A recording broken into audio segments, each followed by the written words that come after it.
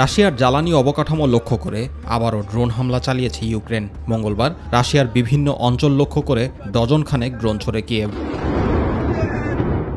এখন পর্যন্ত একজনের মৃত্যুর খবর পাওয়া গেছে। এদিকে ইউক্রেনের ড্রোন হামলায় ক্ষতিগ্রস্ত হয় রাশিয়ার দক্ষিণাঞ্চলীয় ভলগোগ্রাড, রস্তভ ও আক্তবিনস্কের বেশ কিছু এলাকা। আগুন লেগে যায় দুটি বৈদ্যুতিক সাবস্টেশন ও একটি তেল পরিশোধনাগারে। শোনা যায় কয়েক দফা বিস্ফোরণের শব্দও। এছাড়া ক্ষতিগ্রস্ত হয় একটি সামরিক স্থাপনা।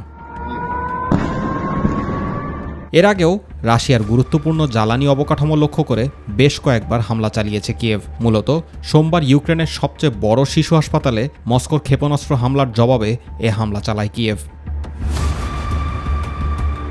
অপরদিকে যুক্তরাষ্ট্রের ওয়াশিংটন ডিসির রোনাল্ড রিগান ইনস্টিটিউটে শুরু হয়েছে ন্যাটোর ৭৫তম শীর্ষ সম্মেলন। এতে উদ্বোধনী বক্তব্য দেন মার্কিন প্রেসিডেন্ট জো বাইডেন। এতে রাশিয়ার আক্রমণের বিরুদ্ধে ইউক্রেনকে রক্ষার প্রতিশ্রুতি দিয়েছেন মার্কিন প্রেসিডেন্ট জো বাইডেন। তিনি বলেন, ইউক্রেনই পারবে পুতিনকে থামাতে, আর তাই হবে। এবারের সম্মেলনে নেতাদের মূল লক্ষ্য রাশিয়ার বিরুদ্ধে যুদ্ধে ইউক্রেনকে সমর্থন দেয়া অব্যাহত রাখার জন্য কৌশল খুঁজে বের করা। জার্মানি, নেদারল্যান্ডস, রোমানিয়া ও ইতালির সঙ্গে মিলে যুক্তরাষ্ট্র ইউক্রেনের জন্য আগামী কয়েক মাসের মধ্যে আরও কয়েক ডজন কৌশলগত আকাশ প্রতিরক্ষা ব্যবস্থা পাঠাবে বলে ঘোষণা দিয়েছেন বাইডেন।